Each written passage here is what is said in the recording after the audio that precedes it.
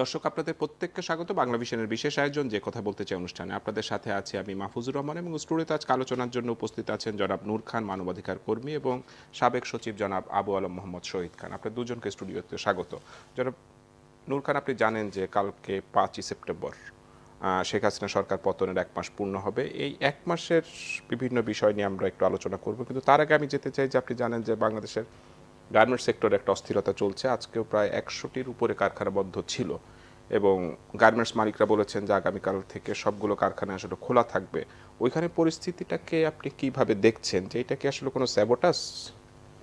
আসলে এখনই স্যাবোটাজ বলার সময় আসেনি। আমি যেটা মনে করি, একটা হচ্ছে যে এই গণ আকাঙ্ক্ষার যে গণ অভ্যুত্থানের মধ্য দিয়ে যে মানুষের গণ আকাঙ্ক্ষা, সেইখানে সব শ্রেণীর পেশার মানুষই কিন্তু মনে করছে যে এরকম একটি সময়ই আমাদের কথা বলার সুযোগটা নিতে হবে, আমাদের যে সমস্যাগুলো সেটা সামনে নিয়ে আসতে হবে। যার ফলে আমরা বিভিন্ন সময় দেখছি এইভাবে বলার কোনো সুযোগ নেই যে সরকার মাত্র আসছে কেন। তবে হ্যাঁ, কোনোভাবে সন্ত্রাসী কর্মকাণ্ড না করে, যেটা প্রধান উপদেষ্টা বলেছেন যে আপনাদের অনেকের অনেক দাবি আছে, গত 15 বছরে অনেকে অনেকভাবে নিষ্পেষিত হয়েছেন, অনেক সেক্টরে সমস্যা হয়েছে, আপনারা লিখিতভাবে দাবিগুলি পেশ করেন। আমিও ব্যক্তিগতভাবে মনে করি যে গণ আকাঙ্ক্ষার যে সরকার, সেইখানে আপনি এখনই এমন ধরনের কার্যক্রম করা কারো পক্ষে যৌক্তিক হবে না যেটার কারণে জাতীয় অর্থনীতিতে প্রভাব পড়ে, ক্ষতিগ্রস্ত হয় এবং আইন শৃঙ্খলা পরিস্থিতির অবনতি হয়। তো এখন যে বিষয়টা আমি মনে করি যে সরকারের যারা পরিচালনা করছেন এবং শ্রমিক যারা আসলে ভুক্তভোগী এবং মালিক, 3 পক্ষের বসে একটা সমাধান বের করা খুব জরুরি। আমরা কিন্তু বিগত দিনেও দেখেছি কোনো মুভমেন্ট বা কোনো সমস্যা দেখা দিলে প্রথম যে কথাটি বলা হতো যে গোয়েন্দা প্রতিবেদন ছিল, এরকম অসন্তোষ তৈরি হতে পারে এবং এখানে ষড়যন্ত্র চলছে। এই কথাগুলি না বলে বরং আজকে যারা অন্তর্বর্তীকালীন সরকার, তাদের সহনশীল আচরণ প্রদর্শন করা উচিত এবং 3টি পক্ষ বসে এটার একটা সমাধান। আপনি কি সহনশীল আচরণ দেখছেন না? আমি যেটা দেখছি আমি এখনো মনে করছি এটা নিয়ন্ত্রণের ভিতরে আছে, এটি নিয়ন্ত্রণের বাইরে আমি এখনো মনে করি না। আমাদের মনে রাখতে হবে যে শ্রমিক ছাঁটাইয়ের ক্ষেত্রে কিছু নিয়ম কানুনকে অবশ্যই মেনে নেওয়া উচিত। আবার শ্রমিকদের আপনি দেখেন, এই সেক্টরে দীর্ঘদিন ধরে শ্রমিকদের ভিতরে খুব পুঞ্জীভূত আছে, বেতন নিয়ে, ছুটি ছাটা নিয়ে, নিয়োগ নিয়ে, ছাঁটাই নিয়ে। তো এই সমস্যাগুলোর সমাধান হয়তো রাতারাতি সম্ভব না, কিন্তু সমস্যার সমাধানের প্রতিশ্রুতিটা দেওয়া, কাজ শুরু করা, যে সমস্যার সমাধানটা আমরা কীভাবে করতে পারি, এই জায়গাটা যাওয়া উচিত। কারণ এইটা না করে শক্তি প্রয়োগ বা অন্য কোনো মাধ্যম পথে গেলে এই মুহূর্তটা কিন্তু আমাদের জন্য খুবই, এটার কী বলবো, খুব ঝুঁকিপূর্ণ একটা সময় আমরা জাতি হিসেবে পার করছি। আগামী কয়েক মাস আমাদেরকে কিন্তু এই বিপদ সংকুলন পথ পাড়ি দিতে হবে। সেই জায়গায় শ্রমিককেও বুঝতে হবে। এবং এখানে একটা সমস্যা যেটা দেখা দিচ্ছে যে আমরা পরাজিত একটা শক্তি আছে এবং তারা তো একটা রাজনৈতিক শক্তি, তাদের অবস্থান তো সব জায়গায় ছিল, সব জায়গায় আছে। তারা চেষ্টা করতে পারে যে এরকম একটি অবস্থার সুযোগ নেওয়া, কিন্তু সেই সুযোগটা যাতে না নিতে পারে সেই জন্য উচিত যে আমাদের আলাপ আলোচনার ভিত্তিতে সমস্যাগুলি চিহ্নিত করা এবং যেটুকু সমাধানের জায়গা আছে সেই জায়গাগুলি সমাধান করা। যদি সমাধান না করার, এই মুহূর্তে না করার থাকে, সেই ক্ষেত্রে প্রতিশ্রুতিবদ্ধ হওয়া যে আমরা ভবিষ্যতে এই বিষয়গুলি চিন্তা করে দেখব। আলাপ আলোচনার তো আসলে কোনো বিকল্প নেই। জনাব আবু আলম শহীদ খান, আপনার কাছে জানতে চাই, যেমন শ্রম উপদেষ্টা আজকে বলেছেন যে এখানে আওয়ামী লীগের লোকজন এবং বহিরাগতরা জড়িত, শ্রমিকরা এখানে জড়িত না, এবং উনি আজকে বলেছেন যে তাদের মোকাবেলা কঠিন হতে হবে, এই পরামর্শ উনি দিয়েছেন।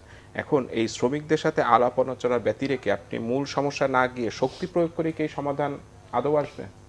না, লিটন ভাই তো বলে দিলেন যে শক্তি প্রয়োগ তো গণতান্ত্রিক সমাধানের পথ না। আলাপ আলোচনা এবং বসা এবং নেগোশিয়েট করা যদি কোনো দাবি দেওয়া থাকে। উপদেষ্টা যেটা বলেছেন এটা কিন্তু পুরান দিনের বয়ানের মতো। আই এম সরি যে আমাকে এটা আবার উল্লেখ করতে হচ্ছে, এবং নিশ্চয়ই ওনাদের কাছে এই রিপোর্টটা যাবে যে আমি এইভাবেই বললাম। এটা পুরান দিনের বয়ান। যে কোনো আন্দোলন, যে কোনো কিছু দেখলেই একটা কনস্পিরেসি থিওরি, যেটা এতদিন ধরে বাংলাদেশে চালু করা হয়েছিল, পুলিশের বয়ান, র্যাবের বয়ান, ক্রসফায়ার নিয়ে একই গল্প, একই নাটক, একই ধরনের কথাবার্তা বলা, এইটা ওই যে অপশক্তি এবং বিরোধী দল অমুক তমুক এরা করছে, জিনিসটাকে ওইভাবে দেখার কোনো কারণ নেই। এটা আমাদেরকে বুঝতে হবে যে মানুষ একটা সফল গণ অভ্যুত্থানের পরে সব মানুষের যে তাদের যে মনের আকাঙ্ক্ষা সেটা তারা প্রকাশ করতে চায়, যেহেতু তারা ভাবছে যে এখন ডেমোক্রেসি আছে, এখন ওই যে হঠাৎ করে তুলে নিয়ে গায়েব করে দেওয়া হবে না, সেই সংস্কৃতি এখন নাই। সুতরাং মানুষের একটা ভয় কেটে গেছে, সাহসের কারণে মানুষ তার কথাগুলো বলার চেষ্টা করছে। এবং এটাও আমাদেরকে মেনে নিতে হবে বা বুঝতে হবে যে অনেক দিন ধরে গার্মেন্টস সেক্টর যেহেতু আলোচনা করছি, সব সেক্টরেই গার্মেন্টস সেক্টরে অনেক দিন ধরে কিন্তু এই টানা পোড়েনটা আছে, বেতন ভাতা সুবিধাদি ছাঁটাই এসব নিয়ে টানা পোড়েন আছে। এবং গার্মেন্টস সেক্টরে আমরা কিন্তু এই টানা পোড়েনের মধ্য দিয়ে আমরা যে সমস্ত সমাধান করার চেষ্টা করেছি, শ্রমিকরা এরকম মনে করার যথেষ্ট কারণ আছে। এবং নাগরিক হিসাবে আমারও মনে হয় আমরা কিন্তু শ্রমিকদের পক্ষে যতটা গিয়েছি বা শ্রমিকদের দাবি দেওয়ার ব্যাপারে যতটা নমনীয় হয়েছে, তার চেয়ে বেশি নমনীয়তা আমরা দেখিয়েছি যারা মালিক তাদের পক্ষে। এবং এটা একটা পুঁজিবাদী সমাজের বৈশিষ্ট্য বলা যেতে পারে। বাট এই পুঁজিবাদী সমাজটা ওই হে মার্কেটের সময় ছিল। মানে এখনকার পুঁজিবাদী সমাজের কথা বললে এই পুঁজিবাদী কিন্তু একটা কল্যাণমুখী পুঁজিবাদী রাষ্ট্র গড়ার সংগ্রামে তারা আছে এবং তারা সেখানে সফল হচ্ছে। আমাদের দেশে আমরা একটা লুটেরা পুঁজিবাদের জন্ম দিয়েছিলাম এবং লুটেরা পুঁজিবাদকে আমরা উৎসাহিত করেছি। আপনি ধরেন ব্যাংক থেকে লোন নেবেন, টাকা দিতে হবে না, আপনি একটা সেক্টরে কর সুবিধা পাবেন, আপনি শ্রমিকদের বেতন দেওয়ার সময় আপনার অনেক সমস্যা, আপনার টাকা হয় না, এটা হয় না, কিন্তু আপনার গাড়ির মডেল বদলাবেন শ্রমিকদের সামনে, আজকে BMW চড়তেছেন, কালকে আরেকটা গাড়িতে চাটছেন এবং ওই কোম্পানির সব ডিরেক্টররা ভালো ভালো গাড়িতে যাচ্ছে। আপনি বিভিন্ন পাঁচতারা হোটেলে আপনি অনুষ্ঠান করবেন, আপনার ছেলে মেয়েদের বিবাহের অনুষ্ঠান, এগুলো তো এখন ফেসবুক আছে, নিজেও আমরা দিয়ে দেই। একটা শ্রমিক যখন 12,000 টাকা বেতনে তার এক হালি ডিম কিনতে কষ্ট হবে, তখন আপনাদের এই আচার আচরণ আপনি করেন, আপনার টাকা আছে আপনি করতে পারেন, এটা আমি এটার প্রতিবাদ করি না, বাট তাহলে আপনার আচার আচরণে সংযত হতে হবে। তো সেইখানে আলাপ আলোচনা, সংযম এবং আমাদের নিজেদের মধ্যে বসে এটাকে ঠিক করতে হবে যে আসলে কোনো সমস্যা আছে কিনা। এই সমস্যা হলেই যে আমি বলে দেবো যে ওই অতীতের একটা কি শক্তি, লিটন ভাই ওইটা বললেন যে আমাদেরকে সাবধান থাকতে হবে, that is very diplomatic. But তারপরে একটা ইঙ্গিত আছে না যে হ্যাঁ, রাষ্ট্রের যে অবস্থা এখন, যারা পতিত স্বৈরাচার তারা যে কোনো সুযোগ নিতে পারবে। তো সেই কারণে আমাদের আবার নতুন নতুন বয়ান তৈরি করা যাবে না, সব জিনিস স্বচ্ছভাবে পরিষ্কারভাবে মোকাবিলা করতে হবে এবং আলাপ আলোচনা করতে হবে, করে এটার সমাধান সম্ভব। আশেপাশের দেশে গার্মেন্টস শ্রমিকরা কীরকম বেতন পায়, কী বেতন তাদের আসলে পাওয়া উচিত, আপনার মার্জিন কী আছে, এগুলো নিয়ে তো তারা কথা বলতে চান না। সবসময় আমাদের দেশের যাদের হাতে ব্যবসা বাণিজ্য শিল্প, সবসময় তারা সব সুবিধা ব্যবহার করবেন। আমাদের গ্রামে কৃষক যখন লোন নেয় তখন তার 2,000 টাকার লোনের জন্য তার কোমরে দড়ি বেঁধে আমরা আদালতে হাজির করি, আর আমাদের এখান থেকে হাজার হাজার কোটি টাকা ব্যাংক থেকে লোন নিয়ে চলে যায়, তাদের হাতে কোনো হাত করাও পড়ে না, তাদের কিছুই হয় না। তো এই যে সংস্কৃতি, এই সংস্কৃতির পরিবর্তন হয়েছে, এটাও বোঝানোর দরকার আছে। তাহলে মানুষ কিন্তু বুঝতে পারে যে না, সংস্কৃতির পরিবর্তন হয়েছে, আমরা আমাদের যে ন্যায্য অধিকার বা ন্যায্য আমাদের যে কথা, সেই কথা শোনার লোক আছে, শুনতে হবে, না শুনলে কিন্তু সমস্যার সমাধান হবে না। ঠিক এই জায়গাটা যদি আমি জানতে চাই যে মানে যেটা বলছিলেন আবু আলম শহীদ খান, যে পুরনো দিনের যে বয়ান, এই পুরনো দিনের বয়ান, পুরনো দিনের সংস্কৃতি থেকে আমরা বেরোতে পেরেছি। যদিও 1 মাস হলো আগে সরকারটা চলে গেছে, এই সরকারের এখন 1 মাস পূর্ণ হয়নি, এখনই আসলে কনক্রিটভাবে বলা যায় না, বাট পুরনো দিনের কালচার তো আমরা দেখছি, অ্যারেস্টের ক্ষেত্রে আমরা আদালত পাড়ার যে চিত্র দেখছি, মামলা যেভাবে ঢালাওভাবে দেয়া হচ্ছে, আমরা তো পুরনো কালচারটা দেখছি। দেখেন, মানুষের ভিতরে কিন্তু অনেক আকাঙ্ক্ষা, আমি বারবার আকাঙ্ক্ষা শব্দটা ব্যবহার করছি, যে এত হাজার হাজার মানুষ, শত শত মানুষ জীবন দিয়ে একটা জায়গায় এসেছি, এবং একটা স্বপ্ন তো গণতন্ত্র, এবং সেই স্বপ্ন যে পুরানার জায়গার পরিবর্তন, এটা তো সবচেয়ে বড় জায়গা। কিন্তু দেখেন, দুর্ভাগ্যজনক, মামলা দায়ের, আদালত পাড়া এবং যাহা কিছু আমরা দেখছি, বয়ান, বিশেষ করে অতিকথন আমরা দেখছি, এবং এমনভাবে মানে কথাবার্তা বলছে, সেখানে মনেই হয় যে আসলে মানে শ্রমিক বা নাগরিকদের মাস্টার হচ্ছে যারা কথা বলছেন তারা, মানে কথার ভাব ভঙ্গি আমি তো খুব খেয়াল করছি ইদানিং, আপনাদের ওই রুমে বসে দেখছিলাম। এটা তো হওয়ার কথা না। সব জায়গায় আপনি এমন অবস্থা তৈরি করেন যে আপনি হুমকি দিবেন, এটা কিন্তু হিতে বিপরীত হবে ভাই। মনে রাখতে হবে, দেশের মানুষই কিন্তু এই আন্দোলন করে সরকার গঠন করেছে, এবং এই মানুষগুলোকে আপনি একটু সহনশীলতার ভিতরে আপনাদের আচরণগুলি প্রকাশ করেন, এবং সব জায়গায় ষড়যন্ত্র খুঁজেন না, সব জায়গায় ষড়যন্ত্র খুঁজেন না। আমরা কিন্তু বুঝি, মানুষ, বাংলাদেশের মানুষ আগে আগে আওয়ামী লীগ সরকার যখন ছিল তারা ষড়যন্ত্র ষড়যন্ত্র মানে সারাদিন শুধু ষড়যন্ত্র দেখতো, কিন্তু আমরা তো বাস্তবে দেখেছি যে কি ষড়যন্ত্র না মানুষের ভিতরের ক্ষোভ। এই জায়গাটাকে অবশ্যই রেসপেক্ট করতে হবে, এবং রেসপেক্ট করার জন্য আপনি প্রথমত হচ্ছে পুনরাবৃত্তি দেখতে চাই না, অর্থাৎ মামলা দিবেন হাজার হাজার মানুষের নামে, চাঁদা দাবি করবেন, চাঁদা না দিলে ওই মামলায় আপনারা ঢুকাই দিবেন। এই যে যে ঘটনাগুলি সাম্প্রতিককালে ঘটছে, এই জিনিসগুলি খুবই খারাপ, এবং এই জিনিসের পরিবর্তনের জন্যই তো মানুষ আত্মহুতি দিল, জীবন দিল, কষ্ট করলো, আহত হলো, পঙ্গুত্ব বরণ করলো। কী লাভ? মানুষ যদি আজকে 1 মাসের মাথায় চিন্তা করে যে পরিবর্তন দেখছি না, একই বয়ান, আপনি শুধু মানুষগুলি ভিন্ন। টিভির আপনি যদি মানে ছবিটা বন্ধ করে দেন, কথাগুলি যদি শোনেন, দেখবেন যে 1 বছর আগের যে কথাগুলি ঠিক একই কথা আপনি শুনতেছেন, শুধু পরিবর্তন হচ্ছে ভয়েসটা, মানুষটা। এটা তো হওয়ার কথা না। ঠিক এই জায়গায় যদি আবু আলম শহীদকে আপনি বলেন, আপনার কাছে যদি আমি জানতে চাই যে গত 1 মাসের মূল্যায়নটা আপনি কিভাবে করবেন সরকারের, সফলতার দিক অথবা ব্যর্থতার দিকটা নিয়ে? না, প্রথমত ধরেন যে যদি মানে খণ্ড খণ্ড করে বলি, একটা বিশাল পরিবর্তন তো ডক্টর ইউনূস সাহেব যে প্রধান উপদেষ্টা হলেন, গতকালকে তার একটা সংবাদ সম্মেলন বা সাংবাদিকদের সাথে বা সম্পাদকদের সাথে একটা বৈঠক ছিল। তো এর আগের সংবাদ সম্মেলন বা সম্পাদকদের বৈঠকে কি হতো, সেখানে যা হতো তার কিছুই হয়নি, এবং উনি পরিষ্কারভাবে বলেছেন যে আপনারা আমাদেরকে সমালোচনা করবেন, আমাদের ভুল ত্রুটি ধরিয়ে দেবেন। একেবারে উনার মুখ থেকে এই কথাটা তো এরকম কোনো প্রধানমন্ত্রীর মুখ থেকে কিন্তু আমরা আগে শুনি নাই, যে সংবাদপত্র আমাদের বন্ধু, তারা আমাদের সমালোচনা করবে, তারা সমালোচনা করে আমাদেরকে জাগ্রত করবে। তো এটা ধরেন একজন ব্যক্তি পর্যায়ে যদি বলি, টপ লেভেলে একটা বিশাল পরিবর্তন। অন্যান্য জায়গায় পরিবর্তন, কালচারের পরিবর্তন কিছুটা হলেও হয়তো আসছে, কিছুটা, পুরাটা আমরা দেখতে পাচ্ছি না। 1 মাস হয়েছে, 1 মাস আসলে খুব কম সময়, বাট সময় আলোচনা যদি করতে হয়, যদি আপনি একদম খুব মানে কঠোরভাবে দেখতে চেষ্টা করেন, তাহলে 1 মাসের মধ্যে অনেক কিছু করা যেত যেটা করা হয়নি। এটা একটা সমালোচনা হতে পারে যে আপনি প্রতিটি মুহূর্তে এখন মূল্যবান, কারণ এই সরকার, অন্তর্বর্তীকালীন সরকার কতদিন থাকবে এটা এখনো ঠিক হয়নি। ফার্স্ট ইমপ্রেশনটা কি বোঝা গেছে গত 1 মাসে? আপনি যদি আমাকে একদম সরাসরি বলতে বলেন, ফার্স্ট ইমপ্রেশনে এখনো আমাকে ইমপ্রেস করেনি।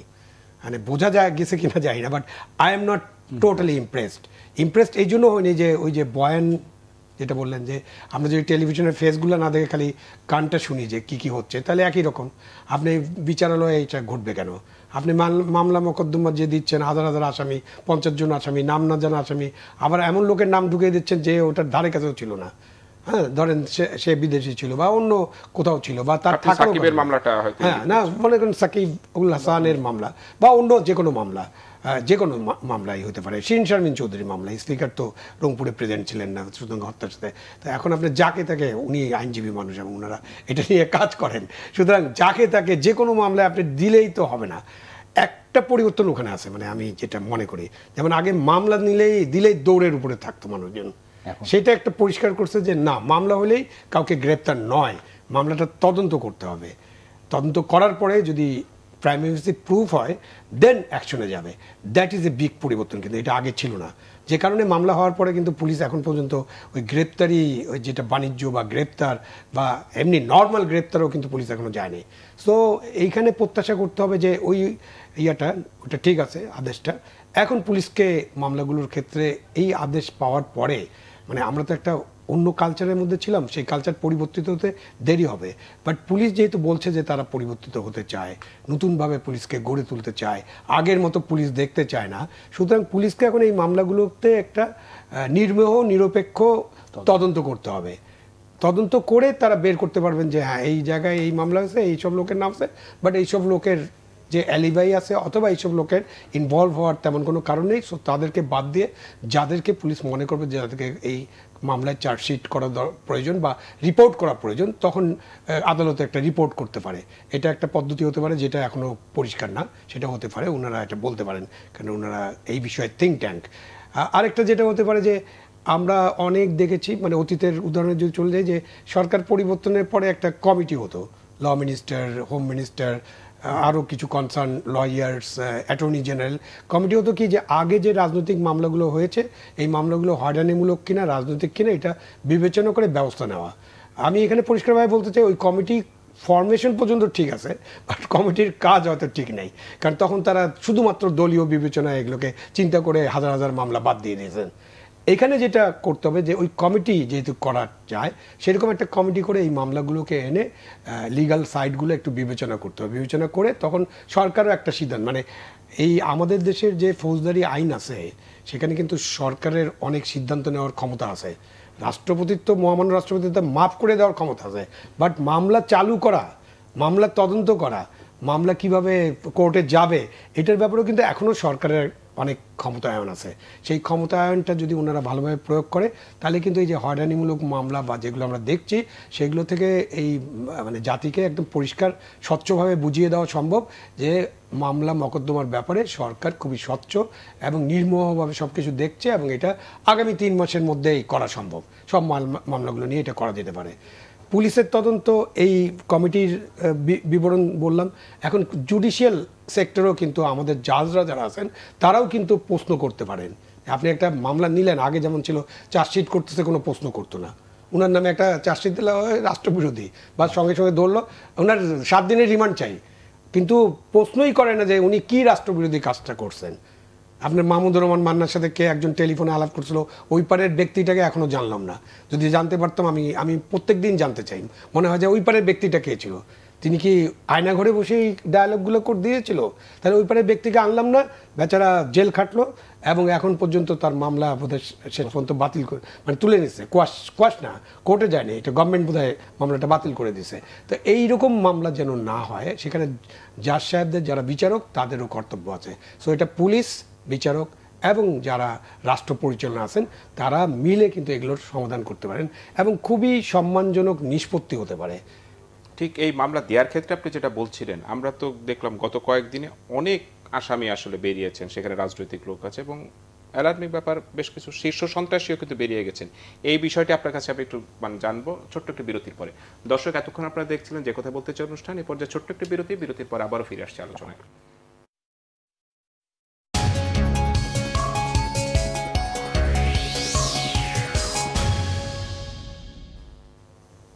দর্শক, বিরতির পরে আপনাদেরকে আবারও স্বাগত যে কথা বলতে চাই অনুষ্ঠানে। বিরতির আগে আপনারা আলোচনা শুনছিলেন জনাব নূর খান, মানবাধিকার কর্মী এবং সাবেক সচিব জনাব আবু আলম মোহাম্মদ শহীদ খান। জনাব নূর খান, বিরতির আগে আমি জানতে চাচ্ছিলাম যে এই যে ঢালাওভাবে আসলে মামলা দেয়া হচ্ছে, এই অভিযোগটা রয়েছে এবং ঢালাওভাবে তো আসলে জেল থেকে ছাড়াও পাচ্ছে, আমরা শীর্ষ সন্ত্রাসী বেশ কয়েকজনকে দেখলাম যে কারাগার থেকে বেরিয়ে গেল। এই আইনের শাসন প্রতিষ্ঠার আকাঙ্ক্ষা কি শিক্ষার্থীদের ছিল? আমি যেটা বুঝি একজন নাগরিক হিসাবে আমার নিজেরও ছিল না, আমার বিশ্বাস যে শিক্ষার্থীরা আন্দোলন করেছে তাদেরও ছিল না। তারা তো সবসময় বলছে বৈষম্য বিরোধী এবং তারা পরিবর্তনটা চেয়েছিল। যে জিনিসটা খুব লক্ষণীয় যে এই 5 তারিখের পর থেকে গণ অভ্যুত্থানের যারা নিহত হয়েছেন, আহত হয়েছেন, তাদের মামলাগুলোর ক্ষেত্রে আমরা দেখছি যে অনেক ক্ষেত্রেই দেখছি যে অনেক নাম দেওয়া হচ্ছে। তারপরে শত্রু মিত্র বেছে নানান মানুষ নানানভাবে প্রভাবিত করে মামলায় আসামি করছে। এই জায়গাটি সতর্ক হওয়া দরকার, কারণ মামলাগুলো দুর্বল হয়ে যাবে এর মধ্য দিয়ে। যে জিনিসটা জরুরি যে এত মানুষ মারা গেছে, এত মানুষ আহত হয়েছে, বুলেটবিদ্ধ হয়েছে, মামলা তো হবে, কিন্তু সেই মামলাগুলো যদি সঠিকভাবে দায়ের হয়, যেমন ধরেন একজন সাধারণ মানুষ মারা গেল নিউ মার্কেটে, ওখানে কিন্তু 2-3 ধরনের পুলিশ ছিল, 2-3 ইউনিট ছিল, কোন ইউনিটের গুলিতে মারা গেছে সে কিন্তু জানার কথা না। এটা খুবই টেকনিক্যাল একটা ব্যাপার বের করা। এখন দেখা যাচ্ছে যে ওখানে তো পুলিশের এলোপাতারির নাম তো দেওয়ার চেষ্টা হচ্ছে, তারপর এমন কিছু মানুষের নাম দেওয়া হচ্ছে যে মানুষের ওখানে উপস্থিত থাকার কোনো সুযোগই নেই, মানে এইটা এইভাবে। তো এই জায়গাটা যেটা করা দরকার আমি মনে করি সেটা হচ্ছে যে সরকার তো ইচ্ছা করলেই একটা মানে আইনি সহায়তা সেল করে দিতে পারে, একটা কমিটি করে দিতে পারে, যে কমিটি যাচাই বাছাই করতে পারে এবং এজাহারটা কিন্তু খুবই গুরুত্বপূর্ণ এবং সেই জায়গা আইনি সহায়তা দিতে পারে ভিকটিম পরিবারগুলিকে, ভিকটিমদের পক্ষে যাতে মামলা হয়। সেই জায়গাটা একেবারেই আমি দেখছি যে চিন্তাই করছে না এই জায়গাটা। অথচ আমাদের উপদেষ্টা পরিষদে কিন্তু অনেকেই আইনজীবী বা আইনের জায়গা থেকে কাজ করেন, তারা কিন্তু এই পরামর্শগুলি দিতে পারতেন, নিজেরাও দায়িত্ব নিতে পারতেন। সেই জায়গাটা কিন্তু হচ্ছে না। দ্বিতীয় যে ব্যাপার, ঢালাওভাবে যে মুক্তিটার ব্যাপার আসছে, কারণ এখন মানুষ অনেকেই বলতে শুনি, এটা শোনার কথা, যেমন অনেক মানুষ মুক্তি পাচ্ছে যাদের বিরুদ্ধে একসময় জঙ্গি তৎপরতার মানে সংশ্লিষ্টতা ছিল এবং তাদের নেতা ছিল, এরকমও মানুষজন খুব দ্রুত সময়ের মধ্যে, অর্থাৎ 5 তারিখের পর 4-5 দিনের মধ্যে কিন্তু এরা বেরিয়ে যায় জামিনে বা মুক্তি নিয়ে। কোন গ্রাউন্ডে তারা মুক্তি পেল সেটাও কিন্তু মানে একজন নাগরিক হিসেবে জানতেও পারলাম না। তারপরে এখন টিভিতে দেখি অমুক শীর্ষ সন্ত্রাসী অমুক বেরিয়ে আসছে। এখন দেখছি যে বেশ কয়েকজন সন্ত্রাসী বেরিয়ে আসছে যারা তালিকাভুক্ত, এবং সরকার স্বরাষ্ট্র মন্ত্রণালয় তালিকা করেছিল। যদি ওই তালিকা ভুল হয়ে থাকে, বিএনপি আমলেরই তালিকা, যদি সেই তালিকা ভুল হয়ে থাকে সেইটা নিয়ে তো আবার রিভিউ করার জায়গা ছিল। কিন্তু হঠাৎ করে এমন কি ঘটনা ঘটলো যে আদালত পাড়া সক্রিয় হয়ে গেল। এই ধরনের মানুষ দ্রুততম সময়ের মধ্যে, আমি বলছি না বিরোধী রাজনীতির সাথে যারা জড়িত ছিলেন, যারা আন্দোলনের সাথে জড়িত ছিলেন, তাদেরকে তো মুক্তি দ্রুত দেওয়ার ব্যাপার আছে, কিন্তু যাদের বিরুদ্ধে হত্যা মামলা আছে, যাদের বিরুদ্ধে চাঁদাবাজি বা বড় ধরনের অপরাধের মামলা আছে, তারাও দেখছি যাদের শীর্ষ সন্ত্রাসী হিসাবে যে তালিকা সেখানে নাম আছে, তারপরও দেখছি দ্রুততম সময়ের মধ্যে তারা বেরিয়ে আসছেন। এই জায়গাটিতে যে এইখানে যে কাজটা করা দরকার ছিল, যে যারা ছাড়া পাচ্ছেন বা যারা যেভাবেই ছাড়া পেয়ে থাকেন না কেন, সেই জায়গাটিতে আসলে একটু বাছাই করার ব্যাপার আছে, এবং এই বাছাই করা আইনসম্মতভাবেই বাছাই করা যায়। যার বিরুদ্ধে একাধিক হত্যা মামলা আছে, যাকে পূর্বে গ্রেপ্তার করতে অনেক বেগ পেতে হয়েছে, এই পুলিশ বাহিনী দেখা গেছে একটা সন্ত্রাসী গ্রেপ্তার করতে মাসের পর মাস সময় চেষ্টা করে, এমনকি পুলিশ আহত হয়েছে তারপর গ্রেপ্তার করতে পেরেছে, এরকম ঘটনা আছে।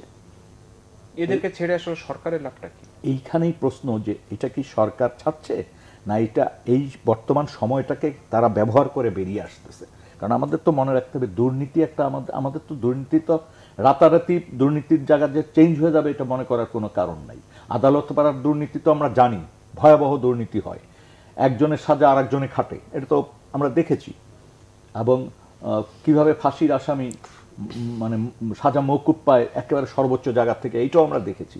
তো সেই জায়গায় আমার কাছে মনে হচ্ছে যে এই সময়টাকে হয়তো তারা বেছে নিয়েছে। সরকার কি এক্ষেত্রে কি ব্যর্থ হচ্ছে কিনা? সরকারে এখানে আমি এই 1 মাস মাত্র, আজকে 1 মাস হবে, এরকম একটি সময় চূড়ান্তভাবে আমার এই মন্তব্য করা ঠিক হবে না। তবে এইখানে সরকারের আরও বেশি সতর্ক হওয়ার ব্যাপার আছে, আরও বেশি উদ্যোগী হওয়ার ব্যাপার আছে এই সমস্ত কর্মক্ষেত্রে। কারণ মনে রাখতে হবে যে অনেক বড় কাজ আপনি করার চেষ্টা করছেন, কিন্তু মানুষ কিন্তু এইসব ছোট কাজগুলোকে দিয়ে আপনার মূল্যায়ন করে ফেলতে পারে। সুতরাং এই জায়গাগুলি, বিশেষ করে আইন শৃঙ্খলা পরিস্থিতিকে সহনীয় মাত্রায় রাখার জন্য যাহা যাহা করণীয়, কারণ আপনার মনে রাখতে হবে এখনও পুলিশকে আপনি পূর্ণ দমে কাজে পাচ্ছেন না। ফলে একজন সন্ত্রাসী, যেমন আজকে ঢাকা শহরে একাধিক ঘটনা আমরা দেখলাম যে অস্ত্র ব্যবহার হয়েছে। এটা কিন্তু গত 1 মাস মানে 20 দিনে আমি কিন্তু এরকম ঘটনা দেখিনি। হঠাৎ করে দেখলাম যে বেশ 2-3টা ঘটনা আজকে দিনের মধ্যে ঘটলো। তাহলে আমাদের খুব সতর্ক হতে হবে যে যারা সন্ত্রাসী বা অস্ত্রধারী ছিল, বা যাদের বিরুদ্ধে অনেকগুলি মামলা আছে, হত্যা মামলা, হাইজ্যাকের মামলা, জায়গা জমি দখলের মামলা, যেই বড় বড় ফৌজদারি অপরাধ যাদের বিরুদ্ধে ছিল, তাদেরকে ছাড়ার ব্যাপারে এই সময়টা, বিশেষ করে এরকম একটা তালমাতাল সময় যখন আইন শৃঙ্খলা রক্ষাকারী বাহিনী পূর্ণমাত্রায় কাজে মানে আসেনি, দৃশ্যমান না, এরকম একটা সময় তাদেরকে মুক্তি দেওয়ার ক্ষেত্রে অনেক বিবেচনা করা দরকার ছিল। এইটা ঠিক যে রাজনৈতিক বিবেচনায় যাদেরকে আটক করা হয়েছিল বা আন্দোলনের সময় যাদেরকে আটক করা হয়েছিল তাদের মুক্তি আপনি দেন, এখানে তো কোনো কেউ প্রশ্ন তুলবে না। কারণ তাদেরকে বেআইনিভাবে মানে আইনের অপব্যবহার করেই তো আপনি গ্রেপ্তারগুলি করছিলেন, সেইখানে আপনি ছাড় দিয়ে দেন যে তাদেরকে ইমিডিয়েট রিলিজ করেন। কিন্তু সাথে যে যখন দেখি যে আমরা তো জানি শীর্ষ সন্ত্রাসীরা কি করেছে, মানে পুরা ঢাকা শহরকে সন্ত্রস্ত করে রেখেছিল একটা সময়, এবং অনেক কষ্ট করে কিন্তু তাদেরকে আইনের আওতায় নিয়ে আসতে হয়েছে। মানে এই যে বাজ বিচার না করে এক একটা কাজ করা হচ্ছে, যদি আমি প্রশাসনের ক্ষেত্রেও ধরি, আপনি সাবেক সচিব, প্রশাসনেও কি বাজ বিচার করে পদোন্নতিগুলো দেওয়া হচ্ছে? না, এই ব্যাপারে তো অলরেডি অভিযোগ আসছে এবং মিডিয়াতেও প্রকাশিত হয়েছে যে এটা একটা গণভাবে করে ফেলা হয়েছে, এবং মানুষের খুব দুঃখ বেদনা তো থাকতেই পারে, এবং উনি সুপারসিডেডও হতে পারেন। যদিও সুপার সেশনকে আমি মনে করি একটা ক্রিমিনাল অফেন্স, কারণ আপনি যখন সুপার সেশন করেন তখন ধরেন উদাহরণটা যদি বলি এরকম, আপনি ভুক্তভোগী 450 জন, আমি ভুক্তভোগী সেজন্য না, 450 জন একটা ব্যাচে আছে। তো সেই ব্যাচে তো সবাই সচিব হওয়ার কথা না, হবেও না, কারণ সচিব হতে হলে যে ফানেল সিস্টেমে উপরে পিরামিড, তো ওখান থেকে ধরেন 10 জন হবেন, 15 জন হবেন। কিন্তু আপনি যদি 449তম ব্যক্তিকে সচিব বানিয়ে দেন, তাহলে এখন আমাদের যে আইন আছে সেই অনুযায়ী ওই ব্যাচেরই 448 জন সচিব হওয়ার দাবিদার, এবং তাদেরকে করতে হবে। সেই জন্য আমি ওটাকে বলি ওটা ক্রিমিনাল অফেন্স ছিল, এবং অফেন্স করতে হবে, এটাকে ক্রিমিনাল অফেন্স ডিক্লেয়ার করতে হবে। তো এখন যখন আপনি এই জিনিসটা ঠিক করবেন, সেটাও একটা পদ্ধতির মাধ্যমে ঠিক হতো। আপনি একটা আবেদন করবেন, আবেদন বিবেচনা হবে, এসএসবিতে যাবে, যেটা হয় আর কি, এসএসবিতে যাবে। এসএসবি যেহেতু কার্যশীল আছে, তারা এসএসবিতে যে এটা বিবেচনা করে, বিবেচনা করে এটা চিফ অ্যাডভাইজার সাহেবের কাছে দিবেন, তখন এটা হবে। সেটা হয়নি, সুতরাং ওখানে বেশ কিছু ক্ষেত্রে কিছু ঘটেছে যেটা হয়তো ভালোভাবে পুঙ্খানুপুঙ্খরূপে বিবেচনা করলে এটা হতো না। আপনি যেটা বলছিলেন যে এই যে আদালত পাড়ায় যে একটা হঠাৎ কি পরিবর্তনের হাওয়া, মানে আদালত পাড়ার বিষয়টা হয়েছে যে আদালতগুলো এমন হয়ে গেছিলো, উল্টাপাল্টা মামলা নিয়ে রাজনীতিবিদদের এমন হয়রানি করা শুরু করেছিল। এবং দেখেন না বেগম খালেদা জিয়ার 5টা মামলা একদিনে, তো ওই জাজ সাহেবদেরকে তো এখন মানে নিশ্চয়ই ওনাদেরকে একটু আনেন টক শোতে, ওনাদের সাথে একটু কথা বলতে চাই আমরা, ভাই আপনার কি হয়েছিল যে আপনি তখন মামলা নিলেন, বছরের পর বছর একটা অচল মামলা চালু রাখলেন, আর এই 2 দিনের মধ্যে আবার মামলাটা বাতিল করে দিলেন, তো আপনাদের কি হয়েছিল? তাহলে আপনাদেরকে এটা বলতে হবে। তো এই জন্য এই আদালত পাড়ায় এখন মনে হচ্ছে যে যা যা মামলা আগে ওনারা নিছেন সবই বোধহয় ভুল ছিল, এই ভুল এখন শুধরাতে হবে, এই জন্য আমি সব ছেড়ে দেই না, এটা হতে পারে না। এইটাতে তো আপনি প্রশ্ন করছিলেন যে উনি তো উত্তর দিলেন না, মানে আমার উত্তর সেম, যে 30 দিনের মাথায় বলতে চাই না যে এটা কি ফেইলর কিনা, but yes, attorney general office তাহলে কি করে? আপনি তো এগুলো মামলার জামিন শুনানি হয়, সেখানে আমাদের পিপিরা আছে এবং নতুন পিপিরা আছেন, তো সেই জামিন শুনানিতে নতুন পিপিরা তাদের কাজটা নিশ্চয়ই ঠিক মতো করে নেই। সো অ্যাটর্নি জেনারেল অফিসকে এখন খুবই অ্যাক্টিভিটি রয়েছে, এটা দেখতে হবে। এটার জন্য ওই আপনার উপদেষ্টা বা আইন উপদেষ্টা ওই পর্যন্ত দায়িত্ব দেওয়া যাবে না। আমার জেলার পিপি সাহেব জবাব দিতে হবে, এবং জেলার পিপি সাহেব যদি এরকম কিছু করে থাকেন তাহলে আপনি সেন্ট্রালি আমাদের অ্যাটর্নি জেনারেল এটা দেখবে। এই দেখাটা হচ্ছে না, এই দেখা না হলে কিন্তু এরকম ঘটনা ঘটবে, এবং এই ঘটনা কিন্তু নাগরিক শান্তি শৃঙ্খলার জন্য ভালো হবে না। যেটা উনি রেফার করলেন যে আজকেই 3 জায়গায় অস্ত্র ব্যবহারের ঘটনা ঘটছে। এই অস্ত্র যে শুধুমাত্র সন্ত্রাসীদের অস্ত্র এরকম না, যারা লুটপাট করে নিয়েছে তারাও সন্ত্রাসী। এখন তো আমাদের যে অস্ত্র লুটপাট হয়েছে তার তো 50%ও এখন আমরা উদ্ধার করতে পারিনি বা কেউ জমা দেয়নি। তো এই অস্ত্র যারা নিয়ে গেছেন তাদের তো একটা উদ্দেশ্য ছিল, ছাত্র জনতা কিন্তু এই অস্ত্র থানা থেকে লুট করে নিয়ে যায়নি, এটার জন্যও কিন্তু একটা আলাদা গ্রুপ ছিল। এই সমস্ত আন্দোলনের মধ্যে পৃথিবীর যেখানেই যখনই কোনো বড় আন্দোলন হয়, সেই আন্দোলনের মধ্যে কিছু লোক ঢুকে যায় যারা তাদের উদ্দেশ্য সাধনের জন্য এই কাজগুলো করে। বাড়িতে আগুন দেওয়া, লুট করা, থানা আগুন দেওয়া, লুট করা, অস্ত্র নিয়ে পালিয়ে যাওয়া, অস্ত্রটা বিশেষ করে ভেরি সেন্সিটিভ, এবং এটা যারা করে তারা কিন্তু খুবই ঠান্ডা মাথায় করে। তো এই ঠান্ডা মাথার লোকগুলোকে এখন আইনের আওতায় নিয়ে আসতে হবে, না হলে কিন্তু আমাদের এখন তো যৌথ বাহিনীর অভিযান চলছে, এবং গত বছরের লাইসেন্স দেওয়া মানে 15 বছর লাইসেন্স দেওয়া অস্ত্রগুলো তো এখন অবৈধ। হ্যাঁ, যদি জমা না দিয়ে থাকে, লাইসেন্স তো বাতিল করা হয়েছে।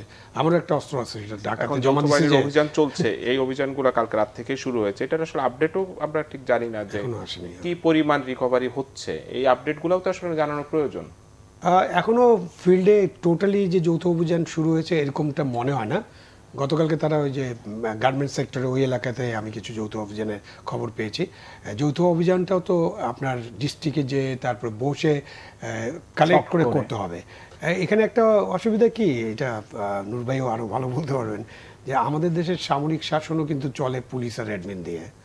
আপনি সামরিক শাসন যখন জারি হয়, মানে আমি সামরিক সরকারের কথা বলছি, তাদের একজন মেজর ডিস্ট্রিক্ট মার্শাল অ্যাডমিনিস্ট্রেটর, 2টা ব্রেন গানালা গাড়ি, এখন আরও ভালো ভালো গাড়ি আছে, মানে আরও আগে যখন দেখছি, আর ওখানে এখন হয়তো 2টা ট্যাঙ্ক থাকবে বা আর্মার্ড কার থাকবে, আর ওনার সাথে হয়তো 110 জন সিপাহী থাকবে, আরও কিছু র্যাঙ্কিং অফিসার থাকবে, সার্কিট হাউসে উনি অফিস করবে।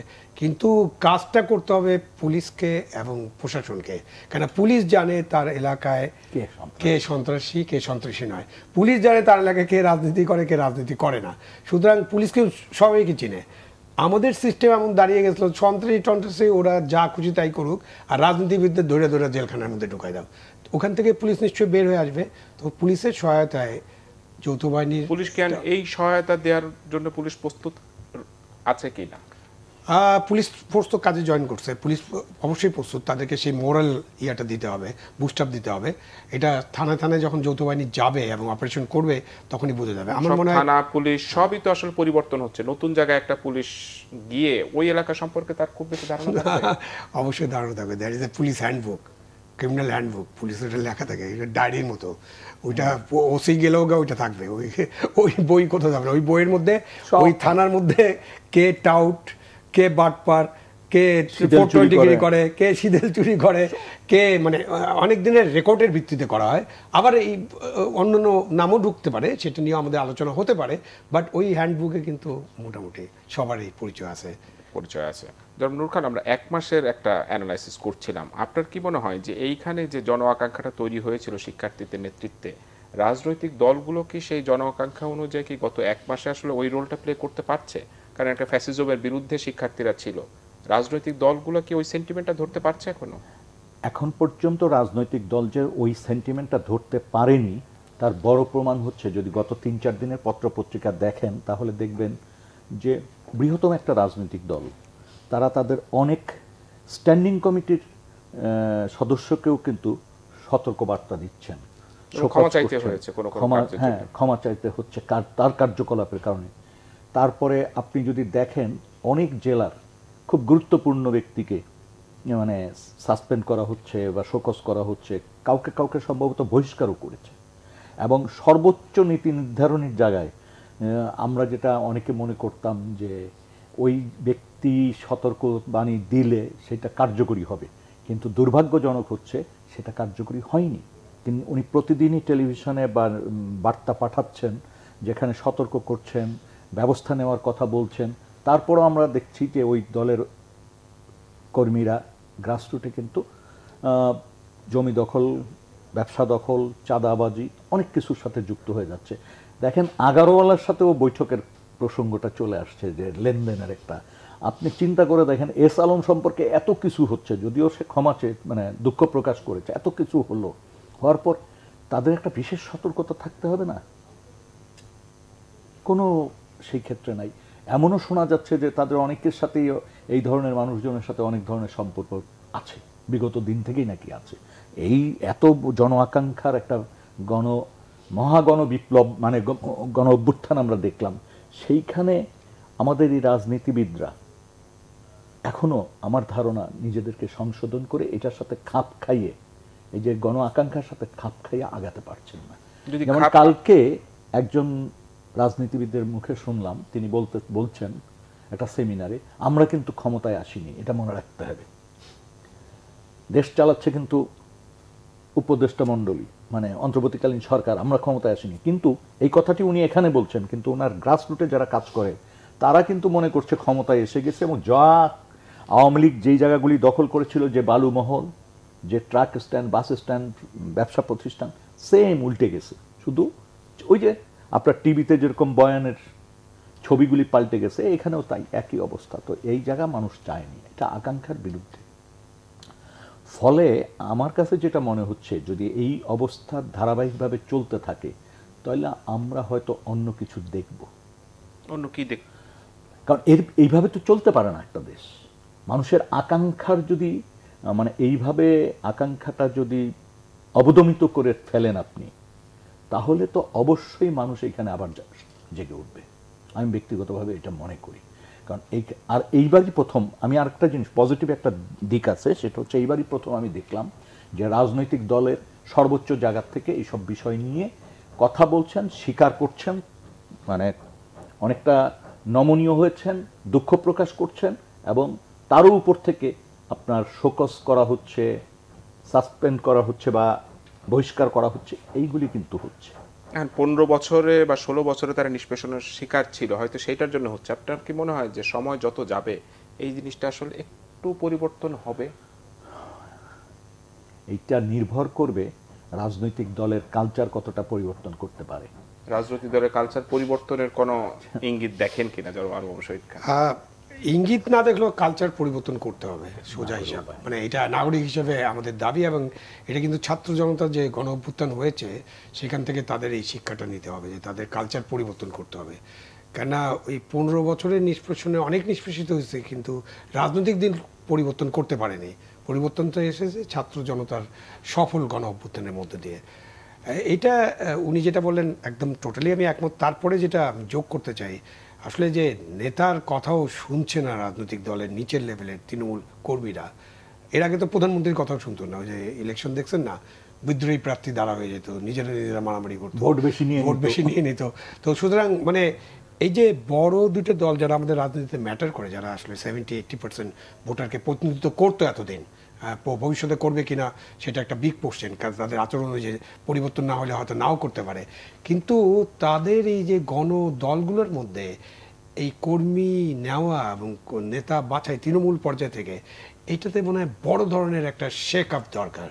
কারণ তারা যেভাবে তাদের দলটাকে গঠন করেছেন এবং দলের ভিতরে যেভাবে তারা নেতৃত্বটা দিয়ে দিয়েছেন, সেই নেতা মানে তৃণমূল পর্যায়ের নেতারা এসব কথা শুনতে চায় না। এখন তারা হালুয়া রুটির ভাগ চায়। আমি এতদিন নিষ্পেষিত হয়েছে, জলমহলটা আমাকে দখল করতে হবে, বাস স্ট্যান্ড দখল করব, বাজার দখল করব, ফুটপাথ দখল করব, চাঁদা তুলব, পারলে বাস কোম্পানি তো পুরো দখল হয়ে গেছে, একটা বিশাল বাস কোম্পানি দখল হয়ে গেছে, অন্য নামে চলছে। এবং আমি জানতে পেরেছি যে ইমিডিয়েটলি ওই দলের যে শীর্ষ নেতা তিনি এটা ব্যবস্থা নিচ্ছেন। বাট এই যে দখলের যে কালচার বা লুটপাটের যে কালচার, এটা তো একটা নৈতিক কোশ্চেন যে আপনি একটা রাজনৈতিক দলের কর্মী, আপনি এটা করবেন কিনা। প্রথম উত্তর তো হবে যে না ভাই, আমি এটার জন্য রাজনীতি করি না, আমি রাজনীতি করি জনগণের কল্যাণের জন্য, আমি রাজনীতি করি গণতন্ত্র প্রতিষ্ঠার জন্য, আমি রাজনীতি করি মানবাধিকার প্রতিষ্ঠার জন্য, আমি রাজনীতি করি একটা কল্যাণমুখী রাষ্ট্র প্রতিষ্ঠার জন্য। তো সেটাই তো হলো এখনকার দাবি। কিন্তু আমাদের রাজনৈতিক দলের কর্মী নেতারা এবং সেন্ট্রাল পর্যায়ে কিছু কিছু নেতা ওই পর্যায়ে কিন্তু নাই। সুতরাং হয় সেন্ট্রাল নেতাদের নিজেদের পরিবর্তিত হতে হবে, আত্মশুদ্ধি, আত্মসমালোচনা এবং পরিবর্তন। এটা যদি ওনারা দ্রুত না করতে পারেন, তাহলে ওনারা যেভাবে চাচ্ছেন যে নির্বাচন দিবেন, তারপর নির্বাচনের মাধ্যমে জনগণ যাকে ভোট দিবে তিনি ক্ষমতা যাবেন, নো। আপনি আগে আপনার পার্টি শুদ্ধ করেন, আপনি নিজে শুদ্ধ হন, রাষ্ট্র থেকে মেরামত করতে দেন এবং রাষ্ট্র সংস্কার করতে দেন, দেন আপনি আসেন এবং আপনার নিজের সংস্কার হয়ে আসলে ক্ষমতায় যাওয়া উচিত। অবশ্যই সেটাই তাকে আসলে সমস্ত করতে হবে। আমার সময় একেবারে শেষ। জনাব নূর খান এবং আবু আলম শহীদ খান, আপনাদের দুজনকে ধন্যবাদ। দর্শক, এতক্ষণ আপনারা দেখছিলেন যে কথা বলতে চাই অনুষ্ঠান। আজকের মতো এখানেই বিদায় নিচ্ছি। সবাইকে ধন্যবাদ।